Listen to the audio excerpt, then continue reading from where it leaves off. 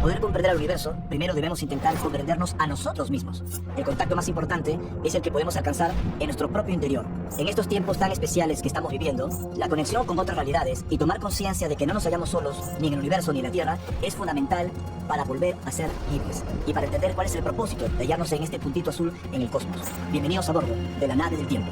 ¿Cómo se inició la vida en la Tierra? ¿Qué papel tuvieron al respecto supuestas civilizaciones de otros mundos? ¿El ser humano es una creación extraterrestre? ¿Vivimos acaso en una dimensión paralela? Las experiencias de contacto contienen algo que trasciende el fenómeno: información.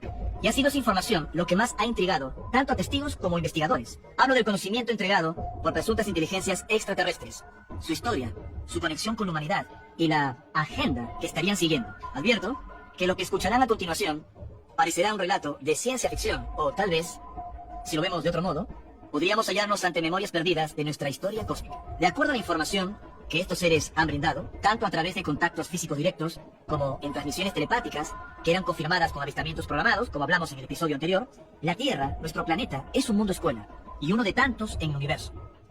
Los mundos escuela son verdaderos laboratorios de experimentación para la vida y la evolución. Esos mundos son tutelados por civilizaciones extraterrestres muy avanzadas que no deben intervenir directamente en el proceso. De acuerdo a los informes de contacto, los extraterrestres que operan en estas misiones estarían organizados en 4 bloques básicos. Los mentores, que serían jerarquías extraterrestres que forman parte de los denominados consejos superiores. Estos consejos pueden tener un amplio margen de acción en distintos mundos. Permítame puntualizar algo respecto a estos mentores. Dentro de los consejos extraterrestres, existirían entidades muy evolucionadas que son elegidas por cada cuadrante cósmico. De acuerdo a estas informaciones, en nuestra galaxia existen 24 cuadrantes, 24 trozos como de una torta, en donde la entidad más evolucionada de cada uno de estos 24 cuadrantes forma parte de un consejo mentor, el consejo de los 24 mentores, que me hace recordar sospechosamente la visión que tuvo Juan, el discípulo amado de Jesús, en la isla de Patmos, y se enfrenta al consejo de los 24 ancianos. ¿Estamos hablando acaso de lo mismo? Estos 24 ancianos, asimismo, responden a un consejo superior, que en este caso no tiene que ver con nuestra galaxia, sino con el denominado grupo local. Para los extraterrestres, el grupo local está formado por una galaxia principal y otras galaxias satélite. En nuestro caso, ellos sectorizan la galaxia de Andrómeda y 8 galaxias satélite, entre las cuales, obviamente, se encuentra nuestra galaxia. Así que ese consejo superior, al de los denominados 24 ancianos, sería el consejo de los 9 de Andrómeda. Un representante de cada una de las 8 galaxias satélites y un representante de la galaxia de Andrómeda. Obviamente, esta información es incomprobable, se basa en mensajes de contacto extraterrestre, pero pone en evidencia, al menos según estas experiencias, que existiría, tal vez, una gran organización extraterrestre superior, y aquí en la Tierra lo único que estamos conociendo es el último eslabón, el que ejecuta las misiones de ayuda. Recuerden que estamos hablando de misiones de contacto amables. Me estoy refiriendo a las experiencias de contacto antropológicas que nosotros afirmamos haber vivido. Es como contemplar la construcción de un puente, y solo hemos conocido a los obreros y albañiles, pero hay arquitectos que están detrás del proyecto, y esos serían los consejos mentores extraterrestres. Los jardineros del espacio, una suerte de brazo científico de estos consejos, que tienen la capacidad de sembrar vida en mundos aptos, modificar planetas, modificar a sus criaturas, y todo ello siguiendo un propósito de evolución. Los guardianes y vigilantes, grupos de observación y protección de mundos, con capacidad de respuesta militar, por decirlo en términos humanos. Y finalmente, los enviados instructores. Podríamos describirlos como antropólogos extraterrestres, guías u orientadores que pueden tomar contacto con miembros de una civilización. Por ejemplo, cuando en otras ocasiones me he referido a Ivica, Antarel o entidades extraterrestres que afirmamos haber conocido, pertenecerían a este grupo, los orientadores, instructores, antropólogos que toman comunicación con los testigos en tierra. Según estas polémicas informaciones, habrían sido los denominados jardineros del espacio quienes sembraron la vida en nuestro planeta, como parte de un plan de evolución a largo plazo. El punto de partida fue dejar una semilla en nuestros océanos, cuando estos, en la Tierra, ya no eran ácidos. En el momento perfecto, dejaron una simiente que procedía del cosmos. Y el objetivo era propiciar el surgimiento de distintas formas de vida en un mundo como el nuestro, que, según ellos, reúne características muy especiales. Los extraterrestres habían elegido la Tierra por ser un planeta de aura azul, en un sistema de una sola estrella. Un mundo que, además, ya no tenía futuro. Lo explicaré. Siempre de acuerdo a estos mensajes, los extraterrestres no podían intervenir en la línea de tiempo de un mundo que estaba siguiendo su curso naturalmente. Solo podían intervenir en un planeta que ya había muerto. De acuerdo a mensajes de contacto, nuestro planeta, la Tierra, había enfrentado una lluvia meteórica en un tiempo tan remoto como hace unos 1200 millones de años. Insisto, según estos mensajes de origen extraterrestre. Es decir, que la Tierra había quedado devastada y no podría albergar a ningún tipo de civilización en el futuro. Sin embargo, potencialmente la Tierra era un mundo con características especiales, lo que los extraterrestres denominan un mundo de aura azul. Cuando hablamos del aura azul de la Tierra, como una característica que los extraterrestres han evaluado para ver si podría ser un mundo escuela, un mundo laboratorio, no necesariamente me refiero a esas fotografías del espacio donde por la composición atmosférica y otros fenómenos físicos se ve el color azul de la Tierra, sino por una característica de radiación sutil que nuestra ciencia de momento no ha podido comprender o detectar adecuadamente, y sí la tecnología extraterrestre, que forma parte del campo electromagnético de la Tierra, que como todos sabemos se forma dentro, en el núcleo de nuestro mundo, se va liberando a través de los polos y va generando esa malla protectora alrededor de la Tierra, la denominada magnetosfera. No es que la magnetosfera sea de color azul, sino que hay un fenómeno detrás de ese proceso de creación de la magnetosfera que marca un sello de vibración azul propicia para la vida, que es una radiación muy importante para los extraterrestres y que se cocina, se fragua dentro de la propia Tierra. Ellos dicen que tiene que ver con la existencia de grandes e inmensos cristales que se encuentran en las entrañas de la Tierra, y esos grandes cristales también son responsables de todo lo que es la estructura energética de nuestro mundo. Estos gigantescos cristales que existirían en el mundo subterráneo, muy cerca al núcleo de la Tierra, siempre de acuerdo a estos mensajes extraterrestres, están canalizando fuerzas que incluso proceden de fuera de la Tierra y al mismo tiempo catalizan las energías del centro del planeta. Y esto emite o genera algún tipo de frecuencia o de vibración que genera este gran campo azul de nuestro mundo. Son mundos ideales para que distintas formas de vida puedan desarrollarse en él. Habitualmente, estos planetas se encuentran en sistemas solares de una sola estrella. Como sabemos, los sistemas solares habitualmente son binarios o trinarios, tienen 2 o 3 estrellas. Pero el nuestro tiene un solo sol, una sola estrella, una enana amarilla que mantiene en equilibrio el masa solar. Así que una avanzada civilización extraterrestre habría llegado a nuestro planeta y habría generado una paradoja espacio-temporal, por describirlo de algún modo. Una historia que parece sacada de un relato de ciencia ficción. Habrían viajado antes del incidente de la lluvia meteórica en la Tierra para generar un tiempo alternativo, diferente al curso de destrucción que había seguido nuestro mundo. De tal forma, al no haber sucedido el incidente de la lluvia meteórica, la Tierra continuaba en una franja alternativa hasta que en algún momento se reencontraría con la realidad del universo, del que estuvo caminando en ese universo paralelo. Los extraterrestres a este fenómeno le llaman la separación de un tiempo alternativo de un real tiempo del universo. No es que exista un real tiempo del universo, en realidad es un concepto simbólico aportado por estas supuestas comunicaciones extraterrestres que describe la multidimensionalidad en la que viven las criaturas en un multiverso. De acuerdo a los extraterrestres, y voy a tratar de explicarlo en términos muy humanos porque es muy difícil comprenderlo, nosotros, como planeta y especie, hemos venido siguiendo una línea de tiempo. Pero incluso antes de la propia aparición de nuestra especie, la Tierra sufrió un corte de esa línea de tiempo por el impacto de lluvia meteórica.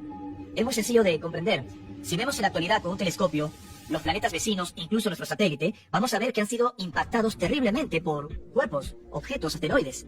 Y los cráteres están allí. Sin embargo, observamos nuestro planeta y no tiene tantos cráteres. Ellos dicen que saltamos una línea de tiempo con una ayuda tecnológica extraordinaria, una tecnología interdimensional inimaginable para nosotros, que fue aplicada antes de que la Tierra fuera impactada por esta lluvia meteórica y se creó una línea de tiempo alternativa. Como si fuese una serpiente, en algún momento tendrá que morderse la cola y volveremos a una línea de real tiempo del universo. Algunos piensan que ese retorno ya se produjo en el año 2012, coincidiendo con el fin del calendario maya, la cuenta larga, algo que ya trataremos en un próximo episodio, pero en realidad aún no ha sucedido. Es un proceso gradual que nos va a conectar con múltiples realidades y no con una sola.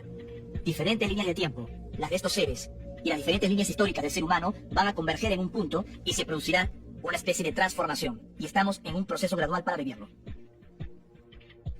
Esta línea de tiempo alternativa, en la que estaríamos viviendo como si se tratase de un enorme holograma, ha generado que estos seres que nos visitan y nos observen pongan reglas muy estrictas. Reglas como, por ejemplo, que ningún ser humano físicamente puede salir más allá de la órbita de la Luna. La órbita de nuestro satélite marca el límite físico para salir de esta realidad alternativa. Aquellos casos de contactos extraterrestres donde los testigos dicen haber viajado más allá del sistema solar no habrían sido experiencias materiales físicas, sino más bien interdimensionales, proyecciones holográficas, siempre de acuerdo a estos mensajes extraterrestres. Por esta razón, al estar viviendo una suerte de realidad alternativa, ellos, los miembros extraterrestres de la referida alianza, habrían establecido una cuarentena planetaria que va a existir hasta que el ser humano descubra una nueva tecnología subatómica, denominada por ellos Minius, que cambiaría las reglas de juego, cambiaría completamente todos los protocolos. Porque si la humanidad encontró el santo grial de la física, gracias a los grandes aceleradores de hadrones, obviamente ya no tienen por qué cuidarnos y ya no pueden impedir que viajemos más allá del sistema solar, y eso implica no solo abandonar esta realidad física llamada Tierra, sino incluso salir de la burbuja espacio-temporal en la que según estos seres nos encontraríamos. En mi opinión, creo que estamos viviendo pruebas muy complejas en nuestra especie, en el planeta, pero a pesar de esta dificultad que estamos enfrentando de aprendizaje, que ha sido cíclica a lo largo de las civilizaciones, tengo el convencimiento de que en algún momento los humanos vamos a erguirnos por encima de nuestras sombras y vamos a transformarnos, como decía mi recordado amigo Edgar Mitchell, el astronauta del Apolo 14, en una comunidad interplanetaria y nos transformaremos en una humanidad cósmica. Creo que lo vamos a lograr, pero primero tenemos que afrontar y resolver estas grandes experiencias de aprendizaje. Si esta historia es real, civilizaciones muy avanzadas, con una tecnología, un conocimiento que escapa a nuestra imaginación, habían creado una realidad paralela para que más tarde la vida pueda sembrarse en nuestro mundo. Pero en algún momento, nuestro planeta tendría que volver por el camino de su línea de tiempo y podría enfrentar peligros como impacto de asteroides o lluvia meteórica y otras circunstancias de origen cósmico que pondrían en grandes aprietos a nuestra humanidad, a menos que la humanidad que surja en la Tierra pueda alcanzar el nivel de conciencia suficiente, el nivel de contacto interior suficiente para poder generar una gran transformación que modifique esa otra línea de tiempo. Es lo que los extraterrestres denominan la gran operación de los mundos escuela. Mundos que, como digo, no tenían futuro, eran mundos muertos, que se les creó una estancia alternativa dimensional, que pueda surgir una nueva civilización allí y que estas criaturas o civilizaciones, ya desarrolladas como el caso de la especie humana, puedan vencer sus propias sombras, superar sus pruebas y erguirse como una civilización de conciencia que pueda cambiar no solo su futuro, sino que afecte el futuro de los propios monitores de este proyecto cósmico. Pero, ¿qué es el tiempo? ¿Cómo encaja todo esto en la historia del llamado plan cósmico? De acuerdo a los extraterrestres, el tiempo es una medición para los seres humanos. No existe como tal. Sencillamente es una percepción de acuerdo a nuestro lugar de ubicación. Nosotros habitualmente construimos una estructura de observación del universo basada en una línea que denominamos pasado, presente y futuro. Pero siempre, según estos seres, el tiempo es una ilusión y podría estar ocurriendo simultáneamente en distintas realidades. También este problema lo encontramos en las dimensiones. Como sabemos, en física, las 3 dimensiones en las que el ser humano se desenvuelve equivalen a la medición del largo, el ancho y la profundidad. El tiempo podría ser la 4ª dimensión, pero ¿podrían existir otras membranas de realidad? Como en su momento han defendido científicos como el Dr. Michio Kaku, uno de los padres de la teoría de las supercuerdas, que dice que como mínimo en este modelo deberían existir 11 dimensiones. Es probable que estos seres procedan de dimensiones superiores que nosotros no comprendemos, como si estuviéramos volviendo a este relato de Planilandia, en donde un triángulo y un cuadrado en un plano no pueden comprender la manifestación de 3 dimensiones de una pirámide y un cubo, porque no contienen la comprensión de una tercera dimensión. Tal vez todos estos enigmas científicos y también de conciencia sean la clave para comprender que vivimos en un tiempo alternativo, en una dimensión de conciencia que abarca a todo el planeta, generada artificialmente como una matriz, como un holograma que forma parte de una experiencia de aprendizaje. Si esto es así, todo lo que percibimos, por más que tengan una realidad que no podamos abarcar, sea física, interdimensional o atemporal, pasa por nuestra percepción mental. Por eso estos seres dicen que quien tiene tu mente tiene tu tiempo. Y si tú posees tu mente, tu tiempo es, valga la redundancia, atemporal y eres una criatura libre con capacidad de aprendizaje. Es lo que encierra el misterio de los mundos escuela como la Tierra. ¿Y cuánto tiempo, ya que hablamos del tiempo, desde nuestra perspectiva humana, podría tomar esta transformación, este plan? ¿Cuándo la humanidad finalmente alcanzará ese nivel de conciencia, seguido y monitoreado por civilizaciones extraterrestres que incluso, como digo, habrían sembrado vida en la Tierra como parte del experimento?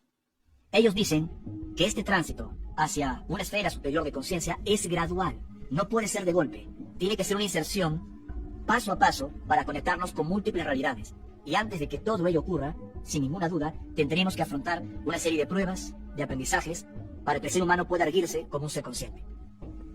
Luego de instaurar este tiempo alternativo en la Tierra y crear esas condiciones interdimensionales para que las futuras humanidades surjan, las misiones extraterrestres se implicarán de lleno en la evolución del hombre. Según nuestras informaciones, el proceso se desarrolló en África. Allí habrían modificado antiguos proto-homínidos, antepasados del hombre, en tierras hoy olvidadas que muchos escritores esotéricos denominan Lemuria. Y hablar de Lemuria es sumergirse en un océano de informaciones. Hay textos de importantes geólogos, vamos a encontrar también informaciones que han sido recibidas en el mundo de la canalización, muy controvertidas y otras muy profundas e interesantes. También textos esotéricos como los que publicó en su día la Teosofía, con Madame Blavatsky a la cabeza. Todos recordamos la doctrina secreta que publicó en 1888. Pero tratemos de ordenar esta información que también es citada por los extraterrestres. Para empezar, Lemuria era un puente terrestre que unía la zona suroriental de África con Madagascar. Algunos escritores la han confundido con Mu, que es otra cosa. Tierras hoy sumergidas, pero en el Océano Pacífico, que está más conectada con la leyenda de los nativos Hopi, como veremos más adelante. Algunos importantes geólogos, como Philip Sclater o el alemán Haeckel, habían hablado de esas tierras sumergidas entre África y Madagascar para explicar que los lemures, unos primates muy simpáticos, con un hocico prominente, una larga cola y pelaje suave, vivían tanto en Madagascar como en África, separados por las aguas del Océano Índico. Fueron ellos los que sugirieron, pues, que tiempos muy antiguos había existido un puente terrestre para que se comunicasen. Y a ese puente terrestre, en honor a los citados primates, le llamaron Lemuria. Y en alguna zona de esas tierras perdidas, los extraterrestres, según estos mensajes, habían intervenido en un grupo de protomínidos para que se transformen en el Homo sapiens sapiens que hoy conocemos. Y Lemuria habría sido solo una de distintas civilizaciones prehistóricas olvidadas, como la Atlántida que revelaron los sacerdotes egipcios a los sabios griegos, culturas anteriores a la gran inundación. Luego de la aparición del hombre, los extraterrestres se dedicaron a educar a las primeras comunidades. Era el inicio de lo que llamamos civilización.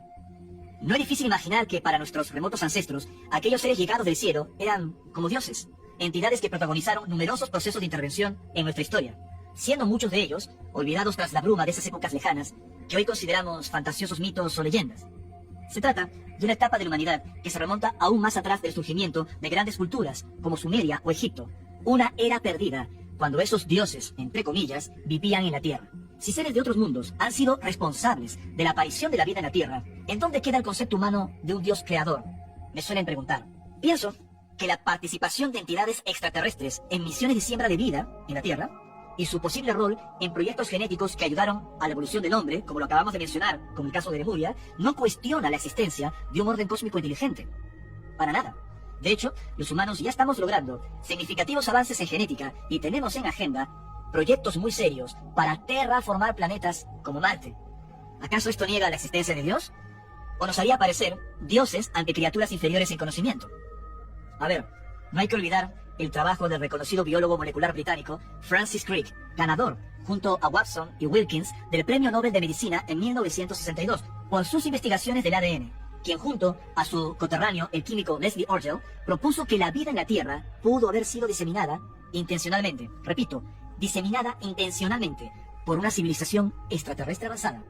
Estamos hablando de científicos de premios Nobel. Es chocante, pues, admitir que una parte ignorada de nuestra historia pudo haber sido afectada por seres procedentes de otros astros, seres que no solo sembraron vida, sino que siguieron el progreso de la criatura humana al punto de haberla ayudado a crear la civilización. Pero conviene aclarar de que con esto no estoy diciendo que las pirámides de Egipto o las líneas de Nazca, mi país en el Perú, así como cualquier otro centro arqueológico del mundo, que todo eso haya sido construido directamente por los extraterrestres. No adhiero a aquellas teorías que sostienen que el ser humano no levantó las maravillas de la antigüedad. Sencillamente, acudo a la información proporcionada por estos seres que afirma que ellos estuvieron en el pasado, observando nuestro proceso e influyendo como iniciadores en el conocimiento. Nos regalaron algunos secretos del cielo, secretos de la tierra, para que pudiésemos empezar a caminar. Ahora bien, si realmente todo esto fue así, viejas leyendas y relatos sobre los dioses que podemos hallar en cualquier rincón del planeta cobrarían otro sentido. Relatos de seres sobrenaturales que sostienen provenir de las estrellas, entidades del cielo que se unen con las mujeres humanas y engendran hijos gigantes, como los episodios del Monte Hermón, o personajes celestiales que protagonizan épicas disputas entre ellos a causa del destino humano. Esquivas criaturas que brindan conocimientos, reglas y leyes para la convivencia de las tribus. O qué decir de los famosos ángeles que se mueven en carros de fuego y guían a los pueblos. Dioses que se esconden en montañas o en lo ignoto de los océanos, que se alzan como mentores y, luego de un largo tiempo de asistencia a sus discípulos humanos, deciden marcharse, pero prometiendo volver. Se dispone de una auténtica enciclopedia de datos que alude a esos seres del cielo y su accionar en etapas tempranas de nuestra historia. ¿Acaso coincidencias de la fabulación humana en todo el mundo? Lo dudo. Hay cientos de casos, si no miles, como para pensar que se trata solo de creencias, mito y religión. Solo por la consigna de la experimentación y la evolución en un universo dinámico en donde lo único permanente es el cambio. De acuerdo a los extraterrestres, nuestro universo tiene 3 grandes planos. Un plano material, un plano mental y un plano espiritual. Cada uno de ellos está contenido dentro del otro. Esta es solo una explicación para que lo podamos comprender. Los humanos, e incluso los extraterrestres que nos visitan, vivimos en un plano físico que tiene múltiples dimensiones. Siempre de acuerdo a estos mensajes, serían 7 dimensiones principales. En estas dimensiones fluimos las criaturas de este universo material, de este plano de la materia. Los humanos, según ellos, estaríamos en tránsito de una tercera a una cuarta dimensión de conciencia. No estoy hablando de dimensiones desde el concepto de la física. Algunos mensajes y otras canalizaciones sostienen que incluso podríamos dar un salto a dimensiones aún superiores, tal vez hasta una quinta dimensión de conciencia. Pero lo que nos corresponde es trascender a la siguiente dimensión de conciencia, el misterio de la cuarta dimensión. Ellos dicen que las criaturas que nos precedieron, avanzadas civilizaciones cósmicas, fueron avanzando a una cuarta dimensión de conciencia, a una quinta dimensión de conciencia, a una sexta dimensión de conciencia, pero de pronto se vieron estancadas. Según el relato de los extraterrestres, su desarrollo tecnológico, mental, que había sido un gran puntapié para avanzar en la evolución del universo, les había producido también una desconexión con sus emociones, con la conexión con su propia esencia. Se habían transformado casi como en unos robots vivientes, como unos androides que solo seguían las leyes del universo, muy conscientes, muy mentales, muy tecnológicos, y no podían avanzar hacia lo que ellos denominan la dimensión frontera, el séptimo nivel de conciencia, que salta hacia ese plano mental eternal donde el tiempo, en su percepción, ya no existe. Una historia fascinante. Se produjo un estancamiento evolutivo a gran escala, y la única forma de resolverlo era que surgiesen nuevas criaturas, nuevos mundos como la Tierra, planetas escuela, en donde esas nuevas criaturas, teniendo en su genética una herencia de las civilizaciones extraterrestres que le precedieron, puedan encaminarse a través de estas pruebas para la transformación en una nueva civilización superior, que pueda surgir en medio del conflicto, en medio de los aprendizajes. Entonces, mundos como la Tierra empiezan a adquirir sentido, para que pese a nuestra herencia genética de civilizaciones tecnológicamente avanzadas, que en algún momento algunas de ellas se volvieron muy tecnológicas y hasta hostiles, aunque esto suene una contradicción en el universo, que civilizaciones superiores puedan desarrollarse de una forma que las transforme en razas colonizadoras, pero según los extraterrestres sí pudo ocurrir, y esto trajo consecuencias inimaginables para nuestra comprensión, porque fueron desconectándose, como digo, de esa esencia que los había enlazado en algún momento con la pureza del universo. No todo es ciencia, no todo es tecnología, no todo es conocimiento. Si te apartas de tu real ser, puedes transformarte en algo muy distinto, no importa en qué escala de la evolución te encuentres. Y eso es lo que habría ocurrido. Y he aquí que la Tierra y mundos escuelas semejantes tenían que desarrollar un contexto diferente. Es así que la Tierra albergó a esta especie, los humanos, para poder ser algo diferente a lo que fueron nuestros hermanos mayores de las estrellas. Algo que desarrollaremos con mayor profundidad cuando nos adentremos en las guerras extraterrestres, Egipto y los entresijos de Orión. Sí, aunque suene increíble, y aún hoy me resulta difícil aceptarlo, pero de acuerdo al relato de los extraterrestres hubo guerras, las llamadas guerras de Orión, que hemos difundido hace décadas en nuestra experiencia de contacto. Luego de estas guerras extraterrestres, como si se tratase de un episodio de las guerras de las galaxias de George Lucas, solo que en la realidad cósmica, se tuvo que crear una alianza de las civilizaciones que apostaron por la paz y por sembrar una nueva civilización en distintos cuadrantes del universo. Y esa alianza es la que estaría detrás de los encuentros cercanos actuales, al menos los encuentros cercanos amables, guiados por los guías, los antropólogos extraterrestres que he mencionado. Pero obviamente, no todas las civilizaciones que se encuentran en el cosmos forman parte de esta alianza. Y allí las posturas en este gran tablero de ajedrez cósmico que los humanos llamamos la guerra de los dioses. Y el ser humano en medio de este drama cósmico. Lo inquietante es que el relato de los extraterrestres sostiene que no todas las civilizaciones de nuestro entorno galáctico formaron parte de esta alianza. Reitero, existieron y existen otras civilizaciones que tienen perspectivas diferentes sobre los nuevos mundos escuela y sus criaturas. Criaturas que pueden ser peligrosas para la perspectiva de ellos, que podrían amenazar un orden cósmico viejo. Pero para la alianza, criaturas que podrían cambiarlo todo. Ya lo iremos viendo en los siguientes episodios. De acuerdo a estos seres, parte de los contactos modernos serían las misiones de los extraterrestres de la referida alianza. Su misión, evaluar y en ocasiones asistir, dentro de su exigente protocolo de no participación directa, la etapa final de este proceso humano que desembocará, tarde o temprano, en un viaje hacia las estrellas. Una odisea espacial en donde el hombre, siendo descendiente de extraterrestres, y lo digo así de claro, podría transformarse también en el extraterrestre del futuro. Quienes han seguido mi trabajo saben a qué me refiero. El programa espacial secreto, el misterio de Alpha Centauri, que ya hemos desarrollado en otros programas. Así que ellos, sean quienes fuesen, no se han ido desde aquel entonces, de esas viejas visitas de nuestro planeta. Solo han tomado distancia para observarnos y que el ser humano camine solo. No obstante, ante circunstancias límite, podrían presentarse como sucedió en la oleada de contactos de los años 40. ¿Por qué? ¿Por qué volvieron en la era moderna de los ovnis? ¿El desarrollo tecnológico humano es monitoreado por civilizaciones extraterrestres? Y de ser así, ¿por qué? ¿Qué activó el inicio de los encuentros cercanos modernos? Como vimos en el episodio anterior, seres de otros mundos, obedeciendo a un plan maestro de alcance cósmico, habrían propiciado la vida en nuestro planeta. A lo largo del tiempo, estuvieron monitoreando nuestra evolución y, en ocasiones, se mezclaron con nosotros. Sin embargo, luego optaron por un largo silencio. Fue la década de los años 40 del siglo XX que volvieron porque algo sucedió. Al parecer, los experimentos humanos con la separación del átomo y la exploración de otras dimensiones activó lo que denomino el retorno de los dioses. Hay que situarnos el 16 de julio de 1945. En aquel momento, en Alamogordo, Nuevo México, aquí en los Estados Unidos, se desarrollaba exitosamente el experimento Trinity, parte del secretísimo proyecto Manhattan, como recordamos, comandado por el físico nuclear Robert Oppenheimer, uno de los padres de la bomba atómica. La detonación de Trinity, una bomba de plutonio de 20 kilotones, fue la gota que colmó el vaso para los extraterrestres, que monitoreaban nuestro proceso de aprendizaje. Fue sin duda una mala señal. No olvidemos que poco tiempo después de esta detonación de Alamogordo, el 6 de agosto de ese mismo año 1945, Estados Unidos arrojará una bomba atómica sobre la ciudad japonesa de Hiroshima y, 3 días más tarde, otra bomba sobre Nagasaki, transformándose este ataque en uno de los episodios más lamentables de la Segunda Guerra Mundial y, me atrevo a decir, de la historia de la humanidad. Una imagen lamentable, preocupante del ser humano y el uso que hacía de la tecnología.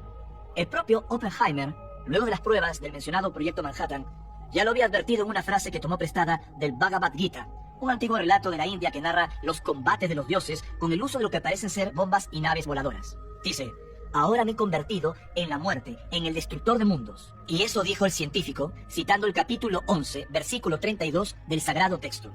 En épocas remotas, ¿el hombre conoció el terror de las armas nucleares?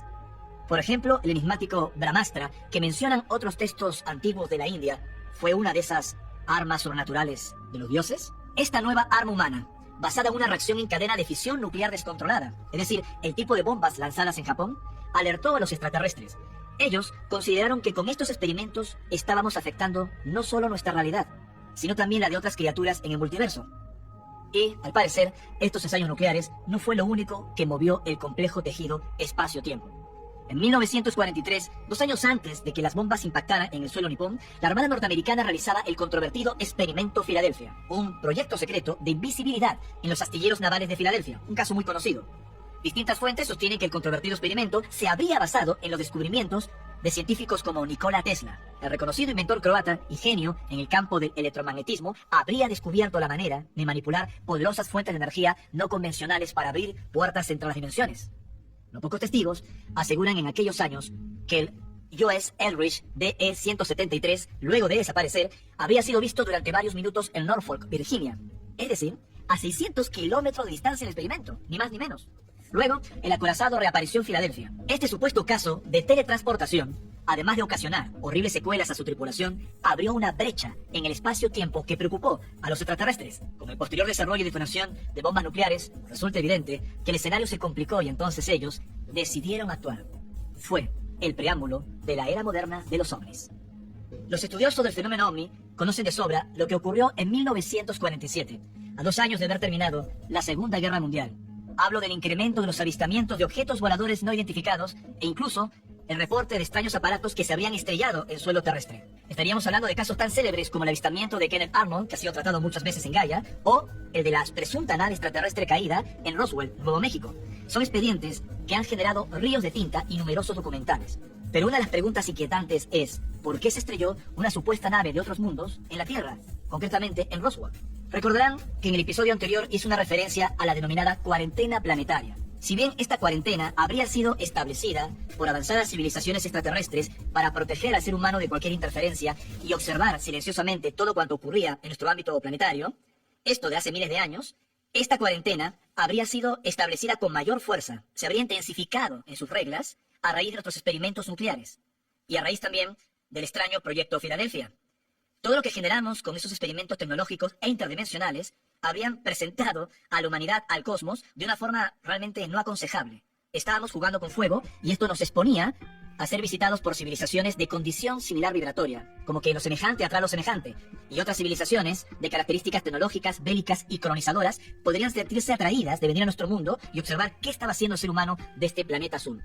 Fue por esa razón, como digo, que nuestro planeta empezó a vivir una nueva etapa de la citada cuarentena planetaria, pero con mayor rigurosidad, con mayor intensidad. Aquellos seres que escucharon la señal de la bomba atómica, la señal del experimento Filadelfia, llegaron a nuestro mundo para explorar tecnológicamente lo que estábamos haciendo y aparentemente no venían con intenciones positivas en el contexto del denominado plan cósmico, en el contexto del aprendizaje y futuro de la humanidad.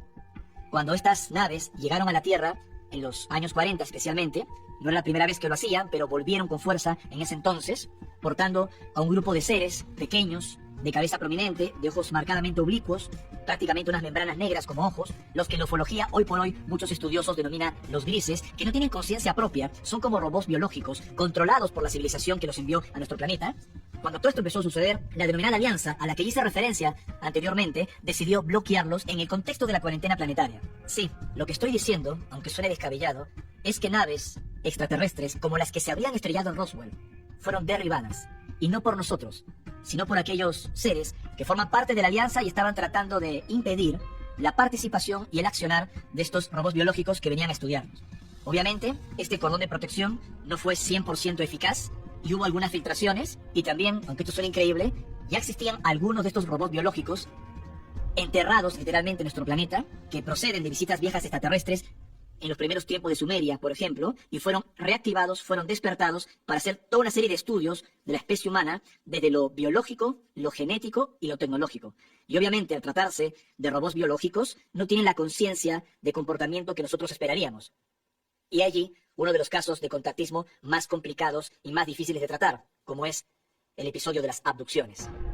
También debo mencionar que algunos investigadores, como mi querida Paola Harris y el científico y ufólogo francés Jacques Vallée, han estado investigando estos casos de explosiones atómicas y su relación con avistamientos ovnis. Según estos seres, el humano no es solo una máquina biológica que acciona por impulsos químicos. Hay algo sutil y al mismo tiempo poderoso que se encuentra tras nuestra vestimenta de carne y hueso. Una chispa de luz. Pero, ¿en dónde está su origen? ¿Y por qué nos hallamos ahora en este planeta, la Tierra? Examinemos juntos esta controvertida como reveladora información. De acuerdo a los mensajes de estos seres, nuestro universo tiene un orden que se aplica tanto a los grandes fenómenos como a los fenómenos que consideramos más pequeños, como dirían los principios herméticos, como es arriba es abajo y como es abajo es arriba. De acuerdo a nuestros científicos, este universo material en el cual vivimos fue engendrado por una explosión cósmica que denominaron Big Bang, hace aproximadamente unos 14.000 millones de años. En algún momento mencionamos que a partir de ese incidente, esa singularidad, la ecuación espacio-tiempo se hizo plausible para nosotros. Y estos seres afirman, así como hubo una explosión cósmica que procede de un lugar no físico, según ellos, para crear las estrellas y los futuros planetas, también ocurrió algo semejante, un fenómeno maravilloso de la creación para que surjan espíritus caminantes, conciencias que surgieron de los llamados estanques cósmicos o fuentes de la vida. Es así como lo denominan los seres extraterrestres. Al parecer, este multiverso posee una estructura geométrica perfecta en donde hay líneas de fuerza que se van agrupando en nodos, como también lo vemos aquí en los mundos, como en la Tierra. Y en estos grandes nodos fluyen energías poderosas, fuentes de vida. Y hay fuentes y fuentes. Las más importantes, obviamente, se encuentran dentro de las galaxias o en las grandes formaciones nebulosas de las que surgen más tarde discos protoplanetarios. Siempre según estas informaciones de los extraterrestres, nuestro espíritu es de origen cósmico, pero no procede de una realidad material, sino de una realidad mental y espiritual que los humanos, por más que lo intentemos, no lo podríamos comprender. De estos cúmulos del no tiempo surge la esencia del espíritu caminante. Un espíritu caminante que puede vivir su experiencia de aprendizaje en la materia, encarnando en cuerpos físicos y viviendo en planetas en diferentes regiones del multiverso. Ahora bien, si somos seres de energía, espíritus caminantes, de procedencia cósmica, ¿por qué elegimos la Tierra? ¿Acaso estuvimos en otros mundos? ¿Existe la vida después de la vida, la reencarnación, la sucesión de experiencias en diferentes astros? Es un tema muy amplio y complejo, pero de acuerdo a estos mensajes, no solo tendríamos una existencia, podríamos vivir diferentes existencias como parte de un aprendizaje. Y ese aprendizaje no solo estaría confinado en un planeta, como en este caso la Tierra, sino en diferentes mundos. La Tierra, como explicamos en el episodio sobre el plan cósmico, es un mundo escuela de aura azul, un planeta especial para venir a aprender. Es como esa gran universidad donde todos quieren estudiar. Una universidad nada fácil, difícil, pero que va forjando la experiencia del espíritu caminante, ya que todo lo que viva en el cuerpo físico en ese mundo, cuando el cuerpo muera, desaparezca el cerebro y volvamos al polvo, la información no va a desaparecer, sino que, como ya hemos mencionado, va a ser conectada, registrada a los registros del multiverso, lo que algunos esoteristas denominan los archivos de la memoria de la creación, o los también denominados registros matrices o registros acásicos. Esta información también es mencionada por los extraterrestres y parece tener una conexión con estas enseñanzas místicas y esotéricas. Pero vuelvo a preguntarme, ¿por qué la Tierra? ¿La elegimos nosotros o alguien la eligió por nosotros? Y si fue así, ¿cómo funciona? El universo, según estos seres, está estructurado en una perfecta ley de administración de energía, en donde los espíritus caminantes son asignados de acuerdo a su frecuencia y a lo que requieren y necesitan al mundo o astro de aprendizaje. Incluso, siempre de acuerdo a estos mensajes, hay un grupo de entidades que no podríamos denominar extraterrestres, sino ultraterrestres, que actúan como guardianes del destino y podrían interactuar con estos espíritus caminantes para la asignación de los planetas escuela. Uno podría decir, bueno, yo estoy viviendo la experiencia humana en la Tierra, pero ¿por qué nací en los Estados Unidos o nací en el Perú o en otra nación? Porque algunos nacieron en familias con recursos económicos y otros en familias que no los tienen. Algunos que nacieron con problemas congénitos y otros que tienen una salud vigorosa. ¿Por qué todas estas diferencias? Porque incluso la geografía en tu vida puede cambiar tus creencias. No es lo mismo haber nacido y crecido en Afganistán que haber nacido y crecido en Israel. Aparentemente, cada experiencia en la Tierra tiene una frecuencia, tiene una información, y es asignada por afinidad a lo que requiere el espíritu caminante. Y allí entran a actuar los denominados guardianes del destino o también señores del karma, como se les denomina en algunas escuelas esotéricas. Estas entidades consideran que es importante que el espíritu viva la experiencia que le corresponde para que su aprendizaje pueda ser mucho más profundo y también más rápido en el sucesivo camino de sus futuras encarnaciones. Voy a poner este ejemplo. Pensemos en los pequeños, en nuestros hijos. Cuando son tan pequeños, ellos no deciden por sí mismos, sino que tratamos de orientar su camino a través del colegio, donde va a estudiar, elegimos también la ropa que se va a poner, su salud y un largo etcétera, que nosotros como padres tratamos de diseñar de la mejor manera por amor y cuidado de nuestros hijos. Algo similar ocurre con el universo y las entidades monitoras del universo, los guardianes del destino, que ellos tratan de elegir lo mejor, lo adecuado para nuestro aprendizaje. Solo cuando tenemos la suficiente conciencia, la suficiente madurez espiritual, como espíritus caminantes, podríamos interactuar en las decisiones. Y volviendo al ejemplo anterior de por qué yo nací en una familia más difícil o nací en un lugar muy complejo para aprender o caminar, les garantizo que de acuerdo a estos conocimientos son los lugares más difíciles, son los entornos más complejos los que purga de mejor manera al espíritu. En otras palabras, que mares tranquilos no forjan hábiles marineros. Y hay un acuerdo de vida perfectamente establecido, que es casi como una autopista donde el espíritu caminante, ya vestido de humano, va transitando y todo está fríamente calculado, a menos que durante ese tránsito vaya adquiriendo mayor conciencia y active una cláusula en esa ley del contrato, en ese acuerdo de vida. Y esa cláusula es el libre albedrío. Por ejemplo, el destino de estos espíritus caminantes podría marcar que una persona será abogado, que otra persona será escritor, otra persona médico, otra persona tal vez chofer de un camión. Diferentes experiencias, que podría vivir una larga vida, longeva, o podría partir cuando es tan solo un adolescente. Son los acuerdos de vida, las leyes de contrato, que obviamente desde la perspectiva humana no siempre entendemos. Sin embargo, cuando estás en ese destino, en ese mapa que fue previamente diseñado, las cláusulas de libre albedrío, cuando tienes mayor conciencia, permite hacer pequeños cambios. Y ese destino que dibujó que estés conduciendo un automóvil de color rojo por esa autopista de la vida y no lo puedes evitar, pero ese libre albedrío, esa conciencia, te puede hacer decidir si vas más rápido en el coche, si vas más despacio, si quieres detenerte en la esquina un momento y pintarlo de verde o transitar un trecho más. Es decir, esos pequeños cambios solo ocurren, según estos mensajes y estas informaciones, si hay mayor conciencia. Y la conciencia es relativa y proporcional a tu utilidad en ese acuerdo. En tu utilidad para el mundo donde has encarnado, tu utilidad, tu accionar para la propia vida. Esta ley del contrato y todo lo que ocurre en tu tránsito en el planeta Tierra, en este caso, no solo está supeditado a tu deseo de vivir más en ese paraíso azul que es la Tierra, sino qué más puedo hacer en mi experiencia de aprendizaje que pueda ayudar también a quienes me rodean, mi tribu familiar o incluso más allá de tu tribu familiar, que fue dada por añadidura en tu experiencia de aprendizaje, sino superar ese círculo y ser una persona más útil para el proceso de paz y de equilibrio del planeta donde has decidido venir. Es un tema realmente maravilloso porque muchos de nosotros hemos crecido con la idea que nuestro propósito en la vida es envejecer, estudiar una carrera, encontrar un oficio, ganar el suficiente dinero para sobrevivir, encontrar una pareja, engendrar hijos, cuidarlos, envejecer, abultar la cuenta del banco, tener nuestra casa propia y luego marcharnos. Y creemos que fuimos grandes seres humanos por los títulos que tenemos, por la casa que compramos, por nuestros hijos maravillosos y la mejor educación que les dimos. No es suficiente.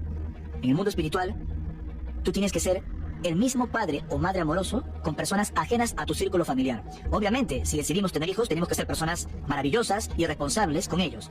Pero podemos sentir el mismo amor y la misma calidad de servicio por personas ajenas a nuestro círculo. Es lo que se llama la redención de la humanidad.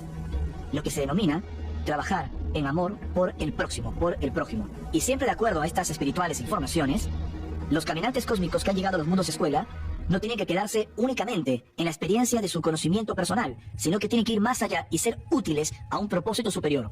Y descubrirlo es lo más importante. Ustedes recordarán cuando hablamos de las profecías mayas y de los grandes calendarios, como el calendario Solkin, de 260 días y el calendario Hub, el calendario solar, de 365 días, giran y están unidos como en un engranaje de una gran maquinaria. Para que vuelvan a coincidir siendo distintos, tienen que pasar 52 años solares, lo que se denomina la rueda calendárica. Y cuentan los guardianes de tradición del mundo maya que cuando una persona cumple 52 años en su vida, si llegó a esa edad, en ese momento, como mínimo, ya debería comprender cuál es el propósito de su vida y estar realizándolo. Es muy interesante porque las mismas energías, según esta información, que estuvieron en conspiración durante su nacimiento, se vuelven a replicar en el año número 52. Es un mito o un símbolo, como lo quieran ver, pero creo que es muy importante para evaluar cómo estamos transitando nuestra vida. Somos espíritus, venimos de algún lugar del multiverso y estamos viviendo una experiencia ilusoria como humanos, con nombres que nos dieron nuestros padres, con la sexualidad, con las características mentales, con nuestras características también sociales, todo lo que somos ahora y que desaparecerá cuando nos marchemos. Y volveremos a ser aquello que vino a la Tierra. Y tendremos que hacer una evaluación, mientras estuve en este planeta, qué aprendí y qué hice por los demás. Creo que esta reflexión está muy graficada en el famoso papiro de Unefer, que tiene más de 3000 años de antigüedad. Este papiro egipcio muestra a Unefer, una persona que acaba de fallecer y que se encuentra en la balanza de la vida, donde se pesa su corazón con una pluma. Desde luego, si la vida de Unefer fue una vida recta, una vida ausente de pesares, su corazón no va a pesar más que una pluma, va a estar ligero. Entonces, Tot el Atlante, el mítico Hermes Trismegisto para algunas secuelas esotéricas, que aparece con cabeza de ibis, registrando la información en el libro de la vida, le permitirá el paso. Y Unefer se encontrará con Osiris Orión, algo que ya trataremos en el próximo episodio, y se reencontrará con los guardianes del universo. Tal vez el mítico consejo de Maat, que me recuerda sospechosamente a los guardianes del destino o los señores del karma. Es decir, que en algún momento, cuando nos marchemos del planeta Tierra y volvamos a nuestro lugar de la fuente cósmica, nuestro corazón, simbólicamente, será pesado con una pluma. Dicen los grandes maestros que la mejor preparación para la más alta iniciación que puede tener un ser humano, que es la muerte, es vivir rectamente. Una exageración, por no decir que es muy peligroso alentar este tipo de pensamientos e ideas. Además, por si esto fuese poco, múltiples canalizadores han ofrecido sesiones privadas para, en ellas, leer el registro interno del consultante y decirle si es un ser de Orión, de Andrómeda o de las Pléyades. Siempre he dicho que más allá de que existen personas capaces de conectar con estas informaciones, que morarían en otros planos, y ayudar a otras personas a interpretarlas, no podemos mezclar todos los casos, porque es un asunto muy peligroso si caemos en la sugestión y el condicionamiento. Y allí el objetivo de mi reflexión. En todo esto empezamos a caminar también en el denominado movimiento índigo, que señala la aparición de un colectivo de niños con un gran nivel de conciencia como parte del gran salto evolutivo que debe dar la humanidad. Sin duda, estamos viviendo importantes transformaciones como especie y estoy convencido que los niños representan la esperanza de ese cambio. Me consta de que hay niños con una conciencia y percepción que inequívocamente marcan ese derrotero de esperanza. Esto es una realidad. Pero también hay que discernir. Creo que llamar a un niño índigo porque no quiere estudiar y porque afirma recordar experiencias de otras vidas en lugares exóticos merece una investigación mucho más profunda. En mi opinión, todos los niños de esta generación son más que especiales porque han llegado en un momento histórico de la Tierra. Veamos, el término índigo fue acuñado en 1982 por la parapsicóloga norteamericana Nancy Ann Tappe. Lo empleó en su libro Comprendiendo tu vida a través del color. Una obra muy interesante, en donde aseguraba que había notado que muchos niños habían nacido con auras de un color índigo. Esto hacia fines de la década de los años 70. Más tarde, Tappe afirmará que el 34% de los niños menores de 16 años eran índigo. Sin embargo, otros estudios sobre el aura humana, el campo de energía que rodea a los seres vivos, añadieron de que habían colores diferentes en los supuestos niños índigos, que reflejaban estas cualidades realmente particulares. Entonces, para comprender este enigma con mayor amplitud, se empezaron a acuñar otros términos, además del índigo, como niños cristal o niños cósmicos. Y aquí también se dijo que algunos de estos pequeños, cósmicos, cristales o índigo, en esta interpretación muy particular, eran extraterrestres o espíritus elevados de otros mundos que decidieron vivir como humanos. Pero reitero, es muy difícil de confirmarlo y creo que se conoce mucho más la misión de un ser que ha llegado de otras realidades por su humildad y su silencio. Ahora bien, un año antes del libro de Tappe, hubo un importante elemento detonador que debemos mencionar. El célebre libro The Star People, La gente de las estrellas, obra del prolífico escritor estadounidense Brad Steiger. El reconocido ufólogo estaba convencido de que un porcentaje de la población humana descendía de extraterrestres o, directamente, que algunos humanos podrían ser ellos infiltrados. Steiger ya venía rastreando todo esto desde hacía muchos años. De hecho, en 1976 había publicado Los dioses de Acuario, un libro inspirado en una creencia espiritual de los indios nativos norteamericanos, como los Hopi, los Zuni o los Dakota, que afirma que los humanos habríamos sido creados por visitantes de las estrellas. Steiger consideraba que se podía identificar los Star People, ya que son personas con un sello muy característico. Siempre, según su investigación, se trataría de humanos habitualmente distintos, que se sienten aislados, solos e incomprendidos, con la sensación de que no son de este mundo, con un sentimiento de nostalgia por las estrellas y con dificultad para encajar en la sociedad humana. Así, sobre la base de estas observaciones, Steiger preparó una lista de 30 preguntas para identificarlos. Increíble. Entre ellas podría mencionar: ¿su grupo sanguíneo tiene el factor negativo? ¿Tiene vértebras cervicales dobles unidas? ¿Posee algunas costillas desviadas? ¿Sufre de sinusitis crónica? ¿Ha oído silbidos o zumbidos en su cabeza? ¿Se ha sentido siempre ajeno a este mundo? ¿Considera que sus padres no son los auténticos, como si tuviese una familia en algún lugar lejano? ¿Ha sentido la necesidad de buscar su origen en las estrellas? En fin, esta es una pequeña muestra. Las investigaciones de Brad Steiger y Nancy Ann Tappe inspiraron más tarde a otros escritores como Lewis Carroll para hablar de los niños índigo. Insisto, y creo que es importante la reflexión, todos los niños son especiales. Cada ser viene con su propio sello para cumplir una misión única de aprendizaje. Pienso que estas informaciones son muy importantes para comprender que todos estamos en la Tierra con un propósito.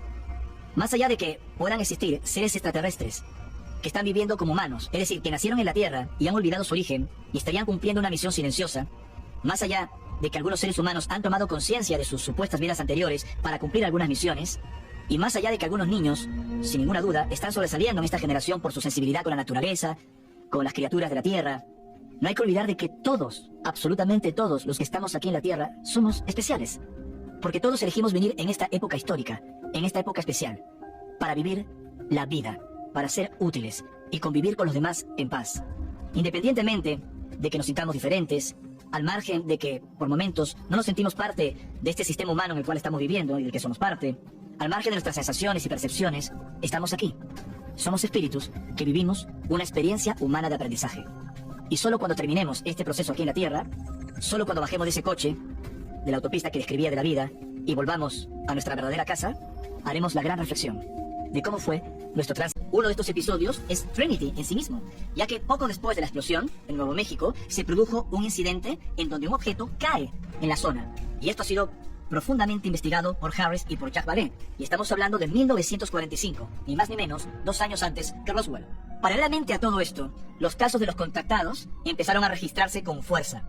Estamos hablando que más allá de los avistamientos y reportes de presuntas naves estrelladas en suelo, aparecían distintas personas en los Estados Unidos y también en otras partes del mundo que afirmaron encontrarse con seres de aspecto humano que traían mensaje de conciencia y de paz en este contexto. Podría hablar, por ejemplo, de Daniel Walter Fry, de George Adamski o incluso en Italia del ya citado Eugenio Siracusa.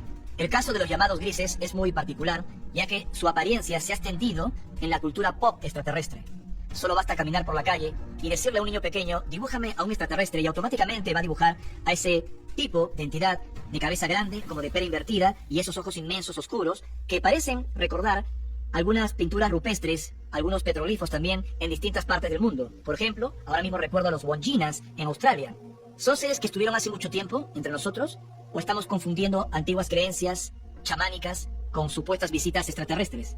Porque si realmente fueron criaturas que el hombre antiguo pintó tal y como les había visto, tendríamos que preguntarnos por qué estuvieron aquí desde tiempos remotos. Si son robots biológicos, una suerte de clones, como afirman los extraterrestres en sus mensajes, ¿quién los creó? ¿Quién los controla? ¿Y por qué fueron enviados a la Tierra? Al parecer, este tipo de criaturas han sido creadas como una suerte de obreros tecnológicos por diferentes civilizaciones avanzadas extraterrestres, especialmente, según otras informaciones, por aquellas culturas que se desarrollaron en el sector estelar de Orión. Estas civilizaciones de Orión, y recuerden que cuando hablo de Orión, es un grupo arbitrario de estrellas que forma para nosotros una constelación, estrellas que están separadas por cientos de años luz con múltiples sistemas planetarios, según lo que dicen los extraterrestres, pero particularmente las civilizaciones vinculadas a la gran estrella de Rigel habrían estado implicadas en la creación de este tipo de entidades. Pero también otras civilizaciones que desconocemos. No todo está concentrado en ese sector que llamamos Orión, la constelación de Sahul, del gran cazador, como decían los antiguos egipcios. Estos seres, en su momento, llegaron a la Tierra para estar implicados en investigaciones científicas, sobre todo a nivel mineral. Fueron confinados en las oquedades de la Tierra para hacer trabajos de minería, según estas informaciones, reitero, de los extraterrestres. Pero luego de cumplir esas funciones, fueron apagados. Y fueron reactivados para hacer otras investigaciones, más que todo de índole biológico, genético en seres humanos, ya que los que eran enviados a la Tierra estaban siendo bloqueados por la cuarentena planetaria controlada por la citada alianza. Sí, todo esto suena febril y descabellado. Pero si estos mensajes, enviados por seres de otros mundos, son reales, ¿en qué escenario cósmico nos encontramos? Obviamente, el caso Roswell y otros que lo precedieron, como el incidente asociado a la explosión de Trinity, no han sido los únicos. Se han registrado en múltiples partes del mundo, incluso en Sudamérica.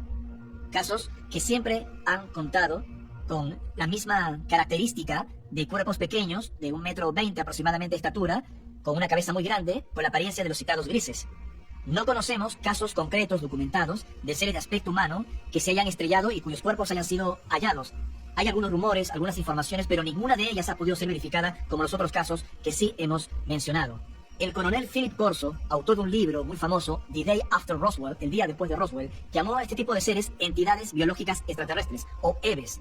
Y según él, gracias a la investigación tecnológica humana de estos incidentes de naves que se han estrellado, incluso de los cuerpos biológicos de los citados grises, desarrollamos una serie de cosas como la fibra óptica, la red de circuitos integrados, o incluso la tecnología de visión nocturna que se desprende de un estudio de los ojos de estos pequeños seres, de estos androides biológicos, que tenían como una membrana negra que cubría sus órbitas oculares. Así es que tenemos muchos misterios por descubrir sobre estos casos, pero es tan solo un segmento de lo que está ocurriendo en el contactismo. Lo más importante es que hay seres de aspecto humano y tendremos que preguntarnos por qué.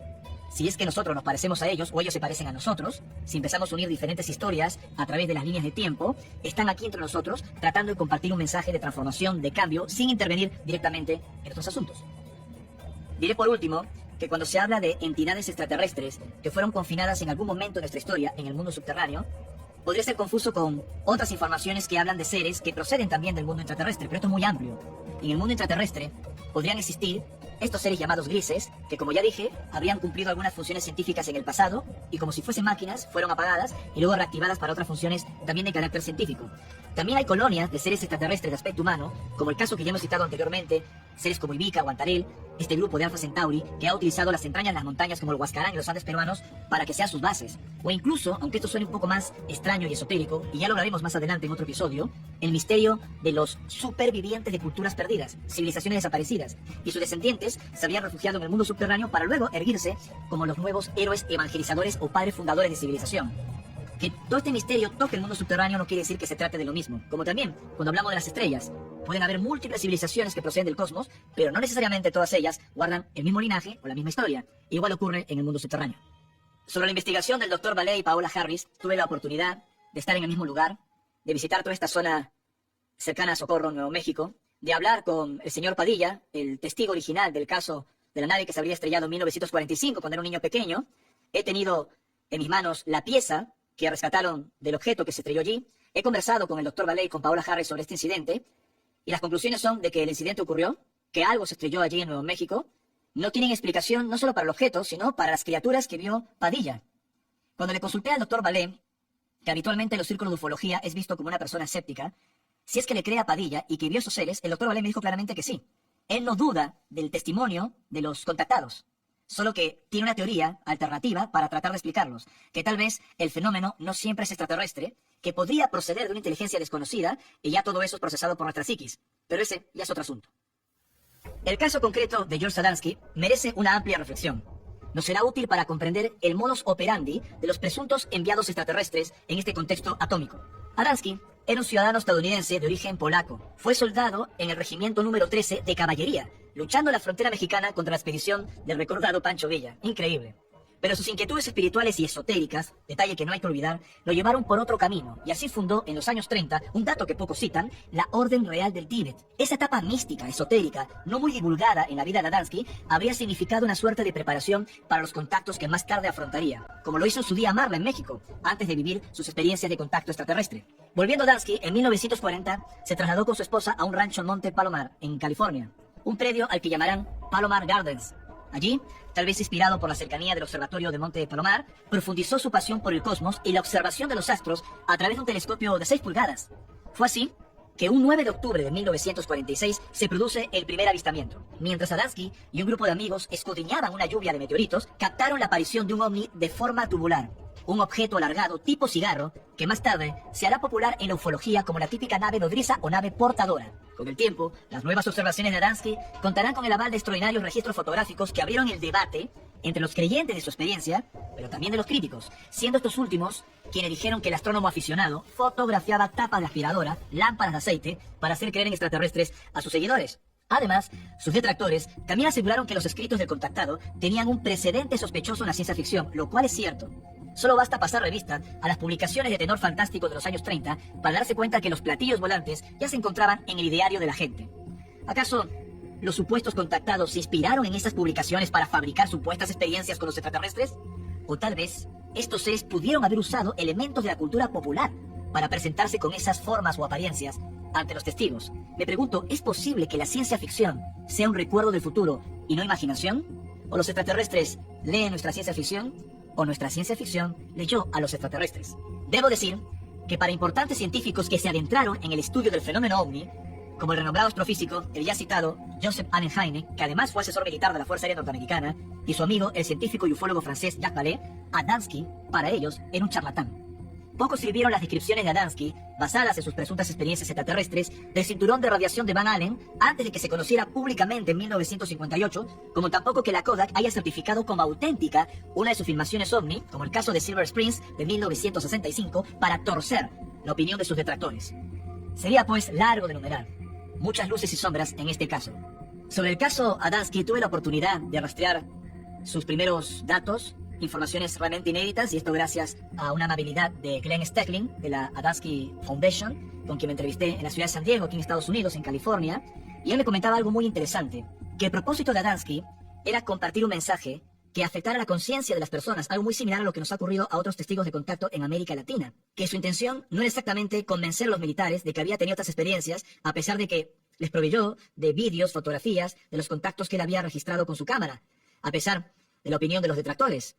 Lo que Adamski pretendía era un cambio de conciencia de la humanidad, porque fue lo que Orton le trató de decir en ese encuentro cercano en Desert Center, que estábamos emitiendo una frecuencia muy oscura, muy peligrosa a raíz de nuestro comportamiento. Más tarde entendió Adamski, pero sobre todo por los experimentos que en aquel entonces estábamos haciendo con armas nucleares. Es el mismo mensaje, y quiero ser muy enfático con ello, que recibió Eugenio Siracusa y otros contactados en el mundo. Está bien, había terminado la Segunda Guerra Mundial, habíamos iniciado una etapa muy oscura llamada la Guerra Fría, y muchos mensajes, muchas experiencias de aquel entonces parecían concentrarse en el peligro de la Tercera Guerra Mundial si pudiese ocurrir y del armamento atómico. Pero no era solo el armamento, era el comportamiento de base del ser humano. Y al día de hoy, que estamos haciendo este programa en el año 2022, no hemos cambiado mucho en comparación con la Guerra Fría. Tenemos otro tipo de armas, otro tipo de problemas, y los extraterrestres siguen en alerta por el comportamiento humano. Sin embargo, como ocurrió en los días de Adamski, ellos siguen confiando que el ser humano, al final, va a poder superar todas estas etapas difíciles de aprendizaje. Muchos me dicen, bueno, pero esos encuentros cercanos, después de la Segunda Guerra Mundial, a fines de los años 40, ha pasado tanto tiempo y ha costado tanto, ¿por qué estos seres no se muestran abiertamente? Para nosotros han pasado décadas, más de medio siglo. Para ellos fue hace 5 minutos. Hay que entender las cosas en esa perspectiva. Y como ya he dicho, no es que no puedan intervenir, pueden, pero no deben. Si no, estarían estropeando el mérito propio del ser humano. Un mérito en el cual, pese a todo, sigo creyendo. Sin embargo, mientras todas estas controversias acusaban y condenaban a Adamski, él seguía despertando interés y empezaba a ser visitado de forma confidencial por personal militar norteamericano. Además, se entrevistaba con personajes influyentes de su tiempo, como la reina Juliana de Holanda y, supuestamente, con el mismísimo Papa Juan XXIII en el Vaticano. ¿Por qué fascinó a estos personajes?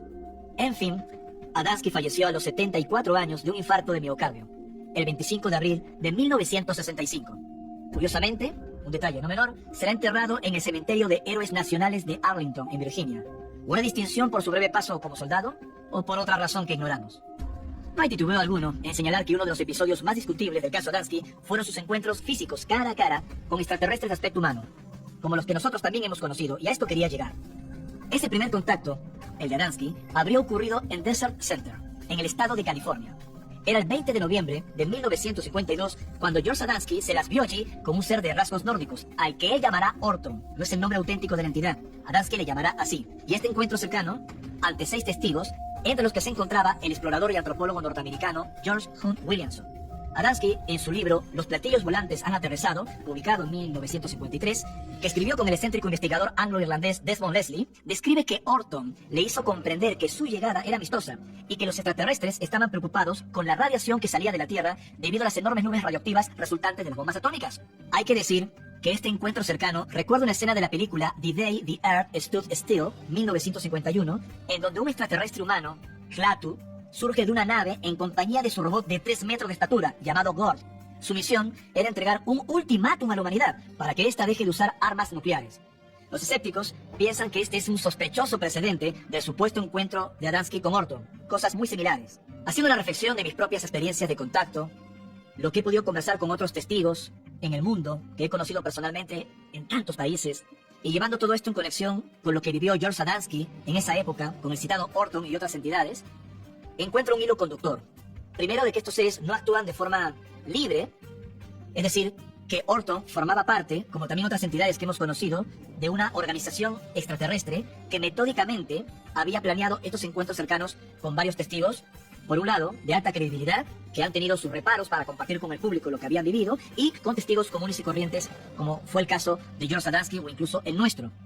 El mismo modus operandi para que a través, como he mencionado siempre, de una masa de gente común que vivió estas experiencias, pueda generar una presión social para que los testigos de alta credibilidad finalmente hablen. Y lo estamos viviendo hoy en día, en esta época, en pleno siglo XXI, que quienes más negaban el tema, pilotos de guerra, militares y científicos, están hablando de encuentros con estos seres. No estoy hablando de avistamientos ovni, estoy hablando de experiencias de pilotos con algún tipo de inteligencia humana que ha interactuado con ellos durante los avistamientos ovni, y ahora eso está pasando. Es decir, todo lo que sembró seres como Orton en testigos como Adamski ha rendido sus frutos el día de hoy, pese a quien le pese. Pero el problema es que Adamski no fue el único contactado con estos seres de aspecto humano que venían con el mismo mensaje de alerta. Un mensaje que habrían entregado estos seres infructuosamente, sobre todo a altos mandos militares. Fue entonces que los enviados, esos otros mundos, empezaron a intensificar sus aproximaciones con testigos comunes. Es así como surge lo que denomino la época clásica de los contactados extraterrestres, en esta era moderna, desde luego. Estamos hablando de un periodo que abarca desde 1945 a 1975. Algunos nombres ya los hemos mencionado. El caso de Siracusa en Europa, George Van Tassel, Daniel Walter Fry, Howard Menger, Enrique Castillo Rincón, María de Socorro Pérez o Marla, los hermanos Carlos y Cito Paz Wells, entre otros. De todas estas experiencias surgieron mensajes de alerta, mensajes de alternativa, de un futuro posible que se iba dibujando de una forma diferente gracias al concurso en conciencia del ser humano, pero también debo decir que de todo esto también surgieron algunos cultos ovni, porque, como ya ocurrió en el remoto pasado, los testigos de contacto y las personas que se arremolinan en torno a estas experiencias empiezan a ver a estos seres como benefactores cósmicos de la humanidad, y se pierden un poco los estribos, se pierde un poco la percepción en sentido común de estas experiencias, que son muy difíciles de integrar. Lamentablemente, algunas de estas experiencias fueron llevadas hacia un terreno que acaricia más las creencias, lo religioso, y eso hizo que algunos investigadores más ortodoxos, como ya citado Jacques Vallée o el Dr. Hynek, mirasen de reojo lo que pasaba en los grupos de contacto. Sin embargo, si separamos el agua del aceite, detrás de las sombras vamos a hallar una experiencia de contacto real, un fenómeno auténtico que solo se puede entender a través del testimonio de los contactados. Ya lo dijo el Dr. Hynek, nosotros no investigamos ovnis. Nosotros investigamos los testimonios de las personas que afirman haberlos visto. Nosotros investigamos la experiencia del humano de un fenómeno que aún no podemos comprender. No cabe duda que los mensajes e informaciones de estos seres pasan también por el filtro del contactado, y de allí surgen las distorsiones. Obviamente, el contacto con estos seres ha seguido una línea de tiempo muy amplia, de épocas muy antiguas, que incluso podríamos haberles interpretado como ángeles, dioses, hadas, cualquier entidad sobrenatural que no podíamos comprender. Esto llevó a algunos estudiosos a suponer que en realidad ni siquiera contactábamos con extraterrestres y que nuestra psiquis trataba de colocarle una etiqueta, como si una forma desconocida de inteligencia interactuara con nosotros y a lo largo del tiempo iba siendo etiquetada por nuestra cultura. El genio de una lámpara, una aparición mariana o los modernos extraterrestres. Incluso dentro del contactismo hay una discusión muy importante entre los diferentes seres de aspecto gris, que no todos serían tal vez seres biológicos, robots, como ya he mencionado, sino que podría tratarse de otro tipo de criatura de similar apariencia. Es un tema muy complejo de abarcar, del cual no tenemos una total certeza. Pero lo que sí puedo decir es que los contactos que afirmamos haber tenido, y creo que también fue el caso de George Adamski, más allá de sus errores y excesos, fueron contactos con entidades reales, de origen extraterrestre. No podríamos englobar todos los casos de encuentros cercanos en la misma teoría de la psique, de las alucinaciones, o del folclore, o de un elemento desconocido que va mutando para adaptarse a nosotros. Hubo contactos con seres extraterrestres que forman parte de civilizaciones avanzadas que han tratado de transmitir un mensaje y una información. Y obviamente a lo largo del tiempo han ido adaptándose. Antes, cuando no teníamos esta tecnología de captación de sus objetos, cuando no teníamos tantos satélites en el espacio, sus aproximaciones eran mayores. Y ahora que nos hemos desarrollado tecnológicamente a un nivel que cualquier persona dispone de una buena cámara de filmación en su teléfono celular, su teléfono móvil, parece como que ellos están siendo más cuidadosos en la manera como se están presentando. Tienen ese comportamiento esquivo porque, como digo, están aguardando que el ser humano camine sin ningún tipo de intervención directa que pueda obstaculizar el aprendizaje. Se siguen adaptando, pero siguen estando entre nosotros. Ahora me pregunto, ¿alguna de las profecías más famosas del mundo religioso podrían haber surgido del contacto con extraterrestres? Es posible que estos seres que se volvieron a manifestar en la llamada era moderna de los ovnis para advertirnos de que estamos jugando con fuego, con una tecnología que podría ser autodestructiva para la especie humana, ya lo hayan intentado en el pasado, que hayan convivido con nosotros hace miles de años. Sí, Adamski, Siracusa o Daniel Walter Fry no fueron los primeros contactados.